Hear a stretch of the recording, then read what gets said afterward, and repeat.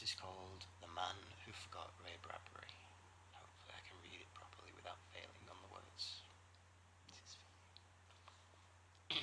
This is for you, is what I tried to say there, but I fucked it. Good start. I am forgetting things, which scares me. I am losing words, although I am not losing concepts. I hope that I am not losing concepts. If I am losing concepts, I am not aware of it. If I am losing concepts, how would I know? Which is funny, because my memory was always so good. Everything was in there. Sometimes my memory was so good that I even thought I could remember things that I didn't know yet. Remembering forward. I don't think there's a word for that, is there? Remembering things that haven't happened yet. I don't have the feeling I get when I go looking in my head for a word that isn't there, as if someone must have come in the night and taken it. When I was a young man, I lived in a big shared house. I was a student then. We had our own shelves in the kitchen, neatly marked with our names. Our own shelves in the fridge, upon which we kept our own eggs, milk, cheese, yogurt. I was always punctilious about using only my own provisions. Others were not, so... There, I lost a word. One that would mean careful to obey the rules. The other people in the house were not so. I would go to the fridge, but my eggs would have vanished. I'm thinking of a sky filled with spaceships, so many of them that they seem like a plague of locusts, silver against the luminous mauve of the night. Things would go missing from my room back then as well. Boots. I remember my boots going, or being gone, I should say, as I never did actually catch them in the act of leaving. Boots do not just go, somebody went them. Just like my big dictionary. Same house, same time period, I went to my small bookshelf beside my bed. Everything was beside my bed. It was my room, but it was not much larger than a cupboard with a bed in it. I went to the shelf and the dictionary was gone. Just a dictionary-sized hole in my shelf to show where my dictionary wasn't. All the words in the book that came in were gone. Over the next month, they also took my radio, a can of shaving foam, a pad of notepaper, and a box of pencils. And my yogurt. And I discovered during a power cut, my candles. Now I am thinking of a boy with new tennis shoes who believes he can run forever. No, that is not giving it to me. A dry town in which it rained forever. A road through the desert on which good people see a mirage. A dinosaur that is a movie producer. The mirage was the pleasure dome of Kublai Khan. No. Sometimes when the words go away, I can find them by creeping up on them from another direction. Say I go look for a word, I'm discussing the inhabitants of the planet Mars, say, and I realise that the word for them is gone. I might also realise that the missing word occurs in a sentence or a title. The Chronicles, my favourite. If that does not give it to me, I circle the idea. Little green men, I think, or tall, dark-skinned, gentle, dark they were, and golden-eyed. Suddenly the word Martians is waiting for me, like a friend or a lover at the end of a long day. I left that house where my radio went. It was too whirring, the slow disappearance of the things that I thought were safely mine, item by item, thing by thing, object by object, word by word. When I was 12, I was told a story by an old man that I've never forgotten. A poor man found himself in the forest as night fell, and he had no prayer book to say his evening prayers. So he said, God, who knows all things, I have no prayer book, and I do not know any prayers by heart, but you know all the prayers. You are God. So this is what I'm going to do. I'm going to say the alphabet, and I will let you put the words together. There are things missing from my mind, and it scares me. Icarus.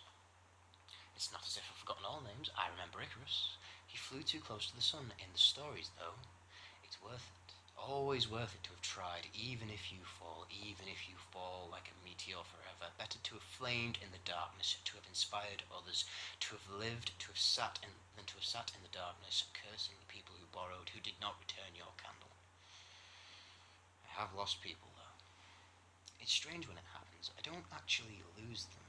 Not in the way one loses one's parents, either as a small child, when you think you're holding your mother's hand in a crowd, then you look up and it's not your mother, or later when words to describe them at a funeral service or a memorial, or when you're scattering ashes on a garden, flowers, or into the sea. Sometimes I imagine I would like my ashes to be scattered in a library, but then the librarians would just have to come in early the next morning to sweep them up again before the people got there. I would like my ashes scattered in a library, or possibly a fun fair, a 1930s fun fair where you ride the I've lost the word. Carousel. Roller coaster? No. The thing you ride and you become young again. The Ferris wheel. Yes. There is another carnival that comes to town as well, bringing evil by the pricking of my thumbs. Shakespeare. I remember Shakespeare. I remember his name, and who he was, and what he wrote. He's safe for now. Perhaps there are people who forget Shakespeare. They would have to talk about the man who wrote To Be or Not to Be, not the film starring Jack Benny, whose real name was Benjamin Kubelski, who was raised in Waukegan, Illinois, and outside of Chicago. Waukegan, Illinois was later immortalized as Greentown, Illinois, in a series of stories and books by an American author who left Waukegan and went to live in Los Angeles. I mean, of course, the man I am thinking of. I see him in my head when I close my eyes. I used to look at his photographs on the back of his books. He looked mild, he looked wise, he looked kind. He wrote a story about Poe to stop Poe being forgotten, about a future where they burn books and they forget them.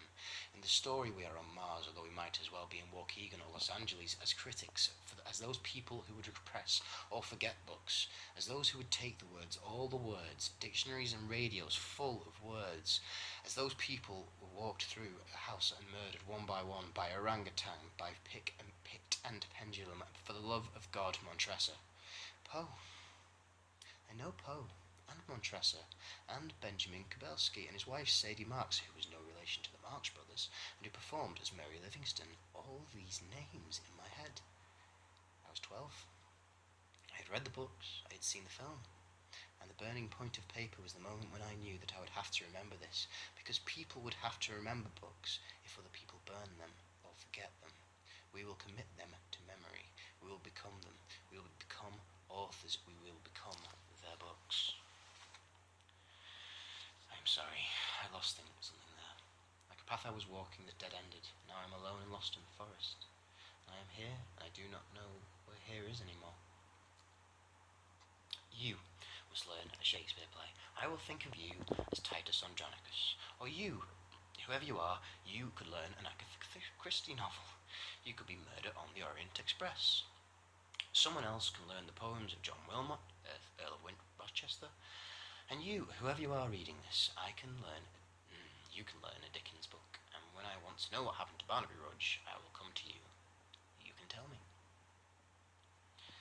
And the people who would burn the words, the people who would take the books from the shelves, the firemen and the ignorant, the ones afraid of tales and words and dreams and Halloween, and people who have tattooed themselves with stories, and boys, you can grow mushrooms in your cellar.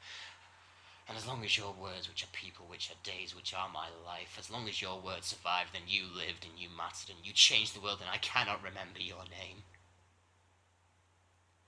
I learned your books, burned them into my mind in case the firemen came to town.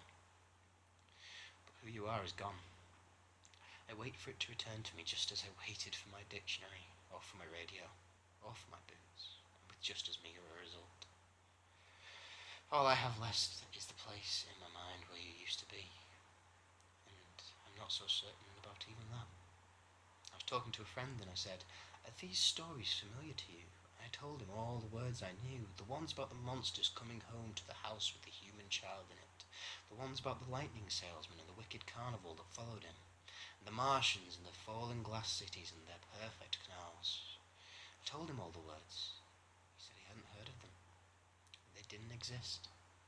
And I worry that I was keeping them alive, like the people in the snow at the end of the story, walking backwards and forwards, remembering, repeating the words of the stories, making them real. I think it's God's fault. I mean, I can't be expected to remember everything. God can't. Busy chap. So perhaps he delegates things sometimes, goes, "You, I want you to remember the dates of the 100 Years' War. And you remember Okapi. You remember Jack Benny, who is Benjamin Kabelski from Waukegan, Illinois. And then, when you forget the things that God has charged you with remembering, then bam, no more okapi. Just an okapi-shaped hole in the world, which is halfway between an antelope and a giraffe. No more Jack Benny. No more Waukegan. Just a hole in your mind where a person or a concept used to be. I don't know. I don't know where to look.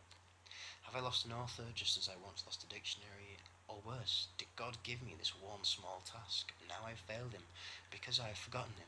He has gone from the shelves, gone from the reference works, and now he only exists in our dreams. My dreams. I do not know your dreams. Perhaps you do not dream of a veldt that is only wallpaper but eats 2 children. Perhaps you do not know that Mars is heaven, where our beloved dead go to wait for us, then consume us in the night. You do not dream of a man arrested for the crime of being a pedestrian. I dream these things. If he existed, then I have lost him. Lost his name, lost his book titles. One by one, lost the stories. And I fear that I'm going mad, for I cannot just be growing old. If I failed in this one task, O God, then do me this thing, that you may give the stories back to the world. Because perhaps, if this works, they will remember him. All of them will remember him. His name will once more become synonymous with small American towns at Halloween, when the leaves skitter across the sidewalk like frightened birds, or with Mars, or with love, and my name will be forgotten. I'm willing to pay that price, if the empty space in the bookshelf of my mind can be filled again before I go. Dear God, hear my prayer.